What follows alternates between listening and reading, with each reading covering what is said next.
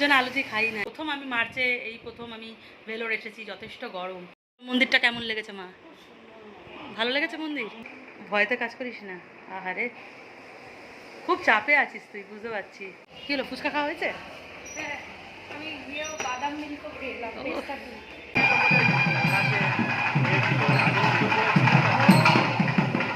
এত ঘুমাচ্ছে কেন লোকটা?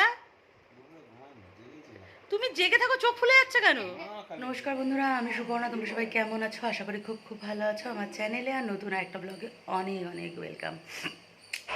তো আজ সকাল সকাল বেরিয়ে পড়ছি গোল্ডেন টেম্পল দেখাতে, মা, মেয়ে আর ভাইকে। আমরাও প্রথমে তো আগে দেখাই আছে। তো আজ যদি আজকের কোনো ডাক্তারের অ্যাপয়েন্টমেন্ট নেই, আগামীকাল 13 তারিখ আমার সার্জিক্যাল ডক্টরের অ্যাপয়েন্টমেন্ট রয়েছে। এরপর কি প্রসিডিওর হবে বা ওটির পর কি হবে, তখন হয়তো এদের নিয়ে কোথাও বেরোতে পারবো না। এরা হোটেল রুমে বসেই বোর হবে। সুতরাং তাই দেখিয়ে আনছি, কারণ এই প্রথমবার এসেছে। আদৌ কোনো আবার পরে আসতে পারবে কি না, বা মানে আমি পরে নিয়ে আসতে পারবো কি না, সেটাও ভাবনা চিন্তার বিষয়। সুতরাং একটুখানি নিয়ে বেরোই, নাহলে ও মেয়েও বেশ মন খারাপ করেই রুমে বসে আছে, ভালো লাগছে না দেখতে যেটা। তো এরপর ওটির পর হয়তো হেলথ কন্ডিশন খারাপও হতে পারে। সে সময় তো তো মানে গোল্ডেন টেম্পলে এতটাই হাঁটা, ওই হাঁটাটা হয়তো আমার পক্ষে সম্ভব হবে না। সুতরাং এখন একটু সুস্থ আছি, ওদের ঘুরিয়ে নিয়ে আসি। আর চলো দেখতে থাকো। আর গোল্ডেন টেম্পলে গেলে তো কোনো ভিডিও করতে পারবো না, কারণ ওইখানে আগেই ফোন বা ক্যামেরা সব কিছু ওরা নিয়ে নেয়। তো আজকে এই সকাল থেকে এইভাবে ভিডিওটা স্টার্ট করলাম। চলো ঘুরে আসি। আমরা অটোতে উঠে পড়েছি। অটোতে পার হেড 50 টাকা করে নিচ্ছে। আমরা যেহেতু 5 জন আছি, টোটাল 250 টাকা। আর উৎস তো ভীষণ এক্সাইটেড, বাইরের দিকেই তাকিয়ে আছে। তো ওয়েদারটা যদি একটু মনোরম হতো, মানে রোদের তাপটা একটু কম হতো, তাহলে বেশি ভালো হতো। ভীষণ গরম। অটো ছাড়া সরকারি বেসরকারি দু ধরনের বাসেই আসা যেতে পারে। সরকারি বাসে তো মেয়েদের কোনো ভাড়া নেওয়া হয় না, আর বাস ভাড়া জনপ্রতি হয়তো 10 টাকা করে লাগে। অবশেষে আমরা চলে এসেছি শ্রীপুরম লক্ষ্মী নারায়ণী গোল্ডেন টেম্পলে। ঢুকতেই বাঁদিকে রয়েছে দর্শন করার জন্য টিকিট কাউন্টার, বিভিন্ন ধরনের অ্যামাউন্ট রয়েছে। পৌঁছে গেছি। এবার দেখলাম টিকিটের দাম বেড়ে গেছে। আগে 100 টাকা দিয়ে দেখেছিলাম, এবার 150 টাকা হয়ে গেছে। এখন এখানে জুতো টুতো দেওয়া হয়ে গেছে। এবার ক্যামেরাটা জমা দেবো আর ফোনটা জমা দেবো, তারপর আর ভিডিও করা যাবে না। তারপর মায়ের দর্শন করব, তারপর আবার তোমাদের সাথে দেখা হবে। এই মন্দিরে সবসময় ঠাকুরের গান চলে। বাইরের রাস্তা থেকেও সেই গানের আওয়াজ শোনা যায়। ঠাকুর দর্শন করে বাইরে এসে দেখি ওই গানের তালে পুচকেটা নাচ করছে। যেই ফোনটা অন করেছি ভিডিও করবো বলে, অমনি স্ট্যাচু হয়ে গেছে। তো যেতে একদমই ইচ্ছা করে না। এই মন্দিরে একবার ঢুকলে মনে হয় এখানেই থেকে যাই, এত সুন্দর এর পরিবেশ। কিন্তু কি করব, হোটেল রুমে তো ফিরতেই হবে। আর এই মন্দিরের একদম সামনে রয়েছে গণপতি মহারাজের একটা মূর্তি। যেহেতু এখানে সপ্তাহে একদিন করে পূজা হয়, গণপতি মহারাজের পিছনে যে দুব্বার মালাটা একদম শুকিয়ে গেছে। সকালবেলা না খেয়েই বেরিয়েছিলাম, তো বেলা অনেকটা হয়ে গেছে। হোটেলে ঢোকার আগে আমরা একটু ব্রেকফাস্ট করে নিচ্ছিলাম। গৌতম আর আমি খেয়েছিলাম ইডলি, আর মারা নিয়েছিল ধোসা। আমি বলেছিলাম প্লেন ধোসা নিতে, কিন্তু মারা সব আলু ধোসা নিয়েছিল। এখানকার আলুর টেস্টটা যেহেতু আলাদা, সেহেতু ধোসা খেতে মার একদমই পছন্দ হয়নি। সবার খাওয়া শেষ, এখন আমি খাওয়া শুরু করতে পারিনি ভিডিও করতে গিয়ে।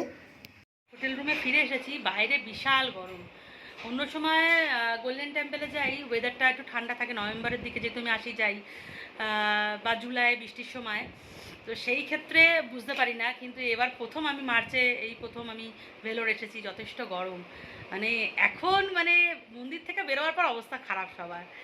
এত রাস্তা গরম, মানে একদম যেন পিচ থেকে গরম উঠছে, মানে অস্থির লেগে যাচ্ছে। তাও একটুখানি আমরা যা করে ব্রেকফাস্ট করে আসলাম, কারণ দুপুরে রান্না বান্না হবে। এসে সবাই টায়ার্ড। আর উৎসাহ ফোন ঘাটছে, এটা আলাদা ব্যাপার, কিন্তু আমরা সবাই খুব টায়ার্ড। মন্দিরটা কেমন লেগেছে মা? ভালো লেগেছে মন্দির? শুভম রেসিডেন্সি নিয়ে আমি আগেও ভিডিও করেছি এবং তোমাদের সাথে শেয়ার করেছি যে শুভম রেসিডেন্সি ভীষণ নিট অ্যান্ড ক্লিন একটা হোটেল। মানে প্রত্যেক দিনই এখানে রুম এবং বাথরুম, বেসিন সবই ক্লিন করা হয়। সকাল সকাল সবাই স্নান করেই বেরিয়েছিলাম, সুতরাং এসে সবাই একটু ফ্রেশ হয়ে নিয়েছিলাম। আর এইখানে আমি জামা কাপড়গুলো লাগেজে ভরে নিচ্ছি। না, বাড়ি ফেরার জন্যে না, কয়েকদিন ধরে মা জামা কাপড়গুলো কেচে রেখেছিল, সেগুলো সুন্দরভাবে লাগেজের মধ্যে গুছিয়ে রেখে দিলাম। আমার উৎসাহ কাজ করছে, কত ভালো হয়ে গেছে। আচ্ছা, তরকারিটা তুই বানাবি বাবু? তাই আলু কাটা দিয়ে স্টার্ট করলি? আমি সব পারি, ঠিক আছে, শুধু দেখাই না, নাহলে তুমি আমাকে কাজ করাবে। উফ, আমার বাবার মতো। এইটা তো সাংঘাতিক বললি বাবু। এইটা তো কয়েন মারেগা করোড়পতির মতো, একদম 1 কোটি টাকা জিতে গেছিস তুই। দেখি আলুটা কেমন ছাড়ালি। না, ভালোই ছাড়িয়েছে। বললাম না, ভয়তে কাজ করি। ভয়তে কাজ করিস না। আহারে, খুব চাপে আছিস তুই, বুঝতে পারছি। বাবাকে দেখে হা হা হা, বললাম না তোর বাবা যা না বলে তুই তার থেকে বেশি বলিস। আমি রিয়েলিটিতে বাস করি। ও ঠিক আছে, বেশিক্ষণ রাখা যাবে না, তুই খুব বাংলা বলছিস। আরে আমাদের তোমার না ব্লগটা খুলে আমার মনে হয় ভিতরে সেই মানে বাঙালিয়ানা বেরিয়ে আসে। বেরিয়ে আসে আমার।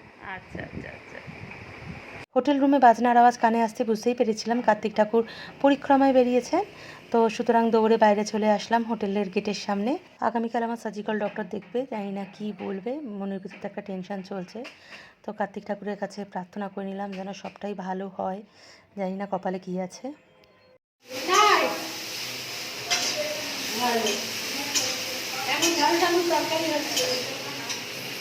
হ্যাঁ,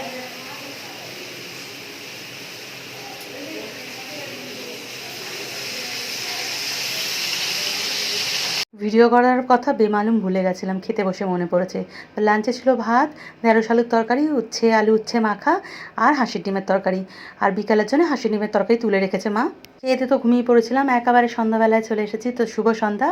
আমাদের গৌতমবাবু চা করে খাওয়াচ্ছে, আর নিয়ে এসেছে গৌতমবাবু গরম গরম তেলে ভাজা চপ আর বেগুনি। এটা দিয়ে মুড়ি খাওয়া হবে। চপ বেগুনি তো কলকাতার মতো টেস্ট ছিল না ঠিকই, কিন্তু ধোসা ইডলির বদলে চপ বেগুনি দেখে মা খুশি হয়েছিল। মা, ভাই, মেয়ে, গৌতম সবাই একটু বাইরে বেরিয়েছে, আমি হোটেল রুমেই ছিলাম। শরীরটা ভালো লাগছিল না, যেহেতু অতটা হাঁটা হয়েছে আজকে, একদমই ভালো লাগছে না। আর এখানে কার্তিক ঠাকুর আবার পরিক্রমায় বেরিয়েছে, সেটাই আমি দেখছিলাম। কি হলো, ফুচকা খাওয়া হয়েছে? হ্যাঁ, আমি গিয়েও বাদাম মিল্কও খেলাম, পেস্তা মিল্ক। এই ফুচকা কেমন লাগলো এখানে? ভালো? তুই তো কোনো জিনিস খারাপ বলছিস না বাবু। আমার কোনো খারাপ লাগে, খুব বাজে। হ্যাঁ, এদিকে আমার মায়ের নাকি ফুচকা ভালো লাগেনি, একটু একটু ফুচকা, ছোট ছোট ফুচকা, পেঁয়াজ দেওয়া ফুচকা মার ভালো লাগেনি। এদিকে উৎসার খুব ভালো লেগেছে। আমার নতুন এক্সপিরিয়েন্স। আর বাদাম মিল্ক, আজকে দিদার নাতনি কি খেয়েছিস, কি বাদাম? পেস্তা, পেস্তা বাদাম মিল্ক খেয়ে এসেছে ঠান্ডা ঠান্ডা। পেস্তা শরবত খেয়ে এসেছে মা ঠান্ডা ঠান্ডা দুজনে গিয়ে। আর আরেকজন ঘুমিয়ে পড়ছে। এত ঘুমাচ্ছে কেন লোকটা? তুমি জেগে থাকো, চোখ ফুলে যাচ্ছে কেন? আমার ভাই সারাক্ষণ ফোনে ফ্রি ফায়ার খেলছে। আচ্ছা আচ্ছা ঠিক, আমরা বিশ্বাস করলাম। তোমার টেনশনে চোখ ফুলে গেছে। ডিমের তরকারিটা মা করে রেখেছিল, গৌতম শুধু রুটি কিনে এনেছে। তো খেয়ে তাড়াতাড়ি ঘুমিয়ে পড়তে হবে, কালকে যেহেতু ডাক্তার দেখাবো। তো এখানে ভিডিওটা এন্ড করলাম।